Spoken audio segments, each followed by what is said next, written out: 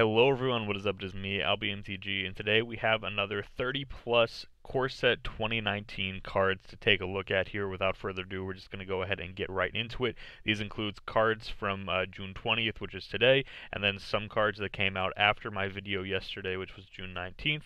So first off, we'll take a look here at Supreme Phantom, which is a 2-mana Spirit Lord, which is super nice. This might be playable in the Modern Spirits deck, because right now the only Spirit Lord that we have is 3 mana, being Drogskull Captain. Drogskull Captain, of course, also giving your spirits hexproof, so it is certainly better than the Supreme Phantom. However, the Supreme Phantom being a 2-mana lord could end up being super crucial, especially because the other 2-drop that the spirits deck will sometimes play, or most of the time will play, is Rattle Chains, which gives your other spirits flash, meaning you can then flash in your lords, being the Supreme Phantom here, which is super good and kind of reminds me of how the modern Merfolk deck can flash in their lords using Aether Vial as sort of a combat trick. So now the Spirits deck will have the opportunity to do something like that as well. The next card we're going to take a look at here is in a foreign language, so we'll go ahead and look at the translation here. This is Disdainful Pyromancer. For 1 and a red, you get a 2/2 human wizard, and then it says for red, tap, discard a card, draw a card. So you get to loot, not too bad. Actually, this is rummaging because you have to discard the card first and then draw the card, so it is worse than looting. But then for 2 and a red and tap and sacrifice, you can have it deal 4 damage to target creature. This card seems pretty nice and limited, having the ability to just be a 2-mana 2/2 when needed, and then also having the ability to turn into a removal spell when needed seems quite nice.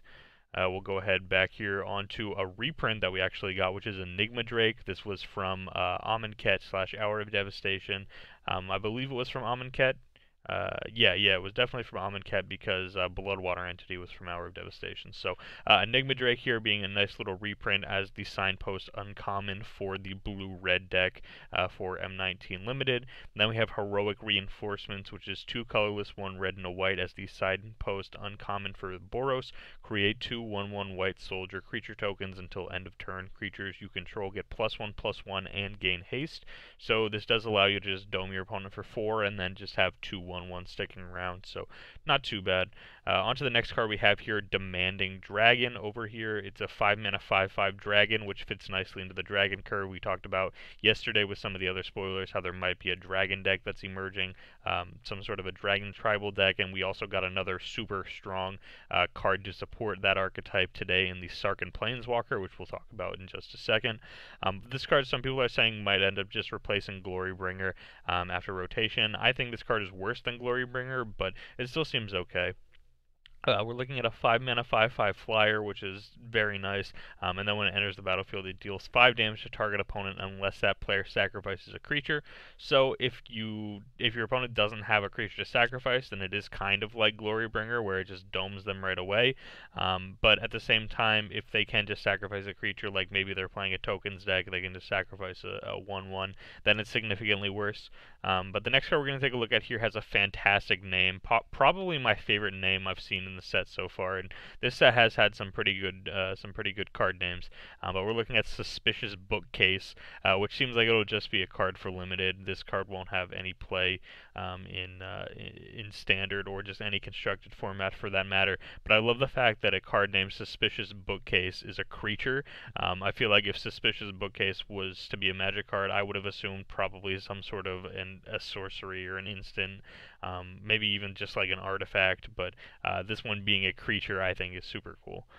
The next card we have here is another one of the Elder Dragons, this one being Arcadus the Strategist. For 4 mana, you get a 3/5 with Flying and Vigilance, and whenever a creature with Defender enters the battlefield under your control, draw a card. Each creature you control with Defender assigns combat damage equal to its toughness rather than its power, and can attack as though it didn't have Defender. This card is super sweet. I've streamed the Modern Walls deck quite a bit over on the Twitch channel, twitch.tv/AlbyIsLive, and so we might end up having to make some changes to that and playing this new Arcades in that deck because it seems super strong in there. In Modern, you do have access to a wall such as Wall of Omens, which if you play a Wall of Omens, then you're actually drawing 2 cards, one off of Arcades and then one off of the Wall of Omens trigger, and then that just draws you into more walls that you can keep playing and then drawing more cards. So I think this card is super sweet. maybe even just playable enough if you only have a couple of defenders. Right now there really aren't any playable defenders in Standard, but maybe if we get something like Sylvan Caryatid back in Standard, then Arcades might just be playable, as sometimes your Sylvan Caryatid draws you a card, sometimes your Sylvan Caryatid, just lets you play out this Arcades on turn 3. So I think this card has a lot of potential. I think it's super sweet. The next card we have here is another Signpost Uncommon. We actually have 3 Signpost Uncommons here in a row, this one being the black-white one. You get a 2/4 flyer for 5 mana, and then at the beginning of each end step, if you gained life this turn, you create a 1/1 black bat creature token with flying. This card seems kind of underwhelming to me. I'm not sure that it's the best of the Signpost Uncommons. This one might actually just be one of the worst. Depends on how many other ways we can find to gain life. In the set, there are some things like the 1 mana artifact, and there was another card that was previewed last night after my video went live that we'll talk about towards the end of the video that allows you to gain life fairly easily. So maybe this is okay, but it seems kind of underwhelming for me for a Signpost Uncommon. The next card we have here is Poison Tip Archer. For 4 mana, you get a 2/3 with Reach and Death Touch, and whenever another creature dies, each opponent loses 1 life. This card kind of doesn't really tell you a ton about what Black-Green is trying to do. This might just end up being similar to what we saw in Ixalan, where Black-Green is just kind of the color combination of just grindy value kind of stuff, because that's kind of what this Poison Tip Archer reminds me of. It's a very decent card for a mid-range matchup, having the ability to block some flyers while having additional upside in the fact that it has Death Touch, and having additional upside in the fact that it has a triggered ability. The next card we're going to take a look at here is Skyrider Patrol, this one being the green-blue Signpost Uncommon. Based on what I'm seeing here, it looks like green-blue is just kind of looking to play big creatures, or at least make creatures bigger. This card seems quite strong to me. I've seen in the past, it feels like the blue-green Signpost Uncommons are just very strong. Maybe that's just my own personal preference because I do like the blue-green color combination, but I think this card seems quite strong. The next card we have here is Phylactery Lich, which is 3 mana for a 5/5 with Indestructible. When it enters the battlefield, you put a Phylactery counter on an artifact you control, and when you control no permanents with Phylactery counters on them, you sacrifice the Lich. This card seems okay to me. Really not the best, but I think it has a little bit of potential, especially in like an artifacts deck. Maybe you bring this thing in out of the side, but right now with a Braid still legal in Standard and Thrashing Bronzodon and cards like that, it is fairly easy to destroy artifacts. So maybe not the best card, but if you're playing some sort of an artifact deck in Limited, then maybe there will be less artifact removal because people usually don't tend to run as much artifact removal in their limited decks, so maybe in limited this card could just be a 3 mana 5/5 indestructible, which would be quite nice. The next card we're going to take a look at here is Chaos Wand. This card is kind of underwhelming to me. Allows you to play an instant or sorcery from your opponent's deck without casting their mana cost, or without paying the mana cost. It allows you to also just like see some extra cards from your opponent's deck, which I think is fine, but this card just seems very slow. 3 mana to put it onto the table, 4 mana then to activate, then it's kind of like if you flip something and you only flip, like, say you flip a Fatal Push or something like that, then you spent 4 mana, 7 mana in total, but 4 mana at least for the activation just to reveal a 1 mana spell from your opponent's deck. That card, that just doesn't seem great to me. Maybe this has more implications than Commander, where your opponents are playing like these ridiculous instant and sorcery spells, but for me this card just doesn't seem great. Next card we have here is Spit Flame. This is 3 mana for an instant, deals 4 damage to target creature, and whenever a dragon enters the battlefield under your control, you may pay a red, and if you do, you return Spit Flame from your graveyard to your hand. This reminds me of Repeating Barrage, and we all know how good Repeating Barrage was in Ixalan Limited, and I think Spit Flame will just be the same way. Occasionally you'll just be able to bring it back, and you'll get additional value, and that seems quite strong. Next card we have here is Sarkhan, 3 mana here for a 3 loyalty planeswalker. +1, you may discard a card. If you do draw a card, has an additional +1, add 2 mana in any combination of colors, spend this mana only to cast dragon spells, and then create 4 5/5 red dragon creature tokens with flying is the ultimate on this card.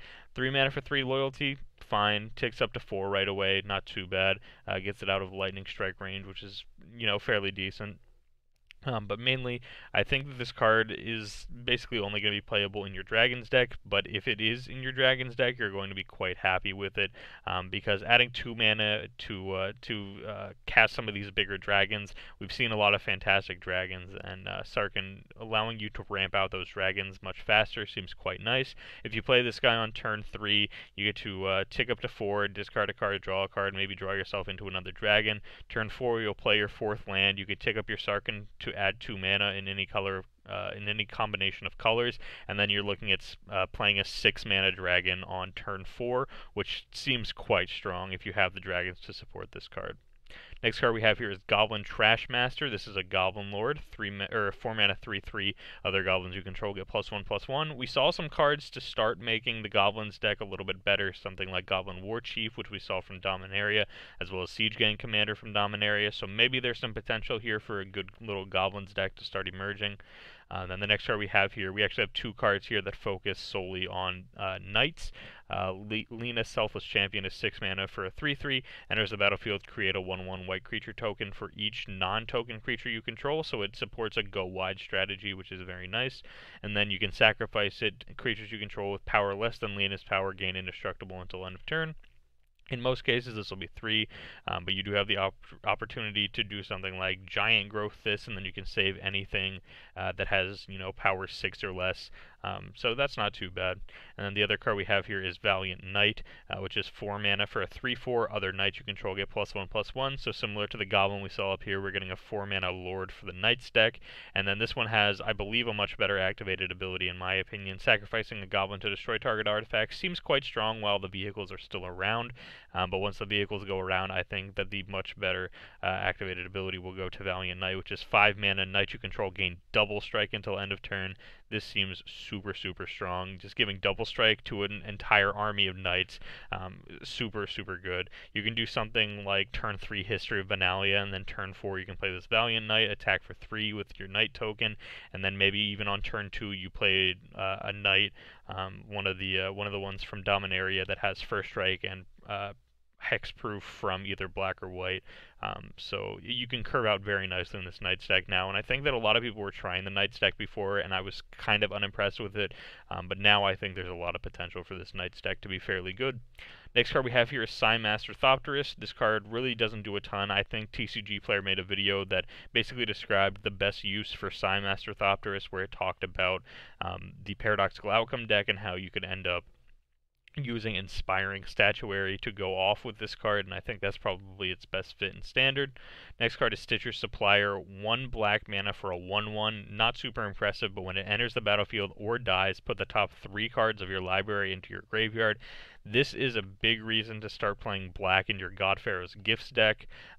Right now, we've basically just seen Jeskai, we've seen blue-red, and then we've seen blue-white kind of emerge as the best God Pharaoh's Gift decks, but now with Stitcher Supplier, this could be a very good reason to start looking into playing black in your God Pharaoh's Gifts deck. Banefire, nice little reprint here, nothing too special.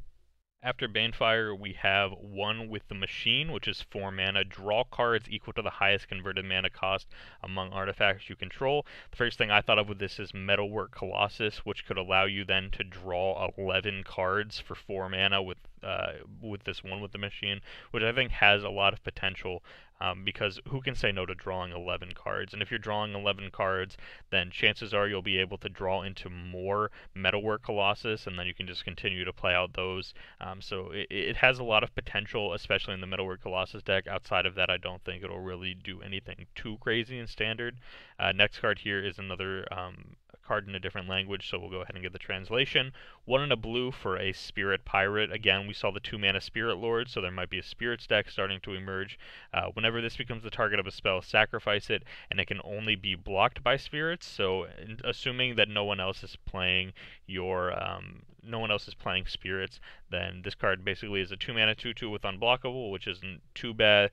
Not necessarily great, but not too bad. And then for 3 and a blue, target creature you control can only be blocked by Spirits this turn, so it has the potential to give another one of your creatures essentially unblockable. So not too bad. Definitely not the greatest, but not too bad. And then we have 2 more cards here in foreign languages. This dinosaur is kind of neat. I kind of like it. I don't know if it's good or not yet, but I think it's pretty neat. Runic Armasaur, 1 green for a 2/5. And then whenever an opponent activates an ability of a creature or land, if it isn't a mana ability, you may draw a card. So every time your opponent pings you with a Walking Ballista, you get to draw a card. Every time your opponent cracks a fetch land in Modern, you get to draw a card. There's a bunch of just different sort of things. Every time your opponent activates their Azcanta the Sunken Ruin, to search their library for an or not search the library, but search the top 4 cards for an instant or sorcery. Then you get to draw a card again. So I think there's a lot of potential for it. But unfortunately, similar to what it says here in the thesaurus, you're seeing Harsh Mentor versus Leovold here. If this card ends up being like Leovold, it'll end up being totally broken. If this card ends up being more like Harsh Mentor sees very, very fringe play, maybe in like Red, White, Death, and Taxes, but outside of that, really doesn't see a ton of play. Although it was a little bit hyped when it first came out. So Runic Armasaur I think has some potential, but also just has the potential to end up just being a bulk rare as well. But I kind of like it. I think it's pretty sweet. Here we have Graveyard Marshal, which is 2 black mana for a 3/2, which isn't too bad if you want to start thinking about a zombies deck coming back, or if you want to start thinking about just a mono black kind of aggressive strategy. You can start off with the turn 1 Diagraph Ghoul, which is a 2-power creature for only 1 mana. Then you can play turn 2 this guy, who has 3 power for 2 mana, and then turn 3 you can either play your Lord of the Accursed to buff your first 2 cards, or you can play something like a Dreadshade, which again is just a super powerful card. And so without further ado, we'll go ahead and talk about what the activated ability here is. It's 2 and a black, exile a creature card from your graveyard, create a tapped 2/2 black zombie creature token. We've seen how strong these kind of effects can be, especially with Scrapheap Scrounger. I think that's probably the card that this reminds me of the most, because it has the ability to just make more creatures based off of the cards that are already in your graveyard. This one, of course, you cannot activate it from the graveyard. It has to be on the battlefield, but it also doesn't require like tapping or anything like that. So maybe if it's just turn 5 and you're later on in the game, or you have just 5 mana, then you can go ahead and play this guy and activate him in the same turn. So you're guaranteed at least a 2-for-1, and then your opponent can, if they can only deal with 1, then you at least get this 2/2 zombie to stick around, which is kind of nice. I think it's pretty sweet. And then onto the cards from yesterday that I made my video, and then they came out with a few more cards. The last card that we took a look at, or the first card we took a look at in yesterday's video, was the Amulet of Safekeeping. So we'll start off here. Oops, sorry about that. We'll start off here with Cleansing Nova, which is 3 white. For a sorcery, choose 1, destroy all creatures, or destroy all artifacts and enchantments. This card seems super strong in Commander. Having the ability to destroy all creatures is, of course, fantastic. But then also having the flexibility to destroy all artifacts and enchantments is also super good. Coming up here, we just have some random commons. Nothing really too special here. Reprinting Invoke the Divine is kind of nice. That card has seen a decent amount of play in limited, and then as well as even just seeing some sideboard play in standard decks, which is super nice. Up here we have Angel of the Dawn, which is 5 mana for a 3/3 flyer. You can barely see it here based off of the picture, but it's a 5 mana 3/3 flyer. When it enters the battlefield, creatures you control get +1/+1 and gain Vigilance until end of turn. So it's similar to Dawnbreaker Eagle, or yeah, I believe it was called Dawnbreaker Eagle from Aether Revolt. Very, very similar card here, except this one having the Angel subtype. And Dawnbreaker Eagle was a pretty good card in limited, so it wouldn't surprise me if this Angel of the Dawn ended up being a good card in limited as well. Here we have a Johnny's Welcome, which is 1 white mana for an enchantment. Whenever a creature enters the battlefield under your control, you gain 1 life. So this is essentially a Soul Sister, except with the ability to not die to removal, which I think is super nice. And maybe this ends up just starting a black-white life gain kind of deck. We still have Crested Sunmare in Standard, which cares about life gain. We're getting a Johnny's Pridemate back as a reprint here, so there could end up being a gain life deck that emerges in Standard that I think Johnny's Welcome would be a very nice inclusion into that kind of a deck.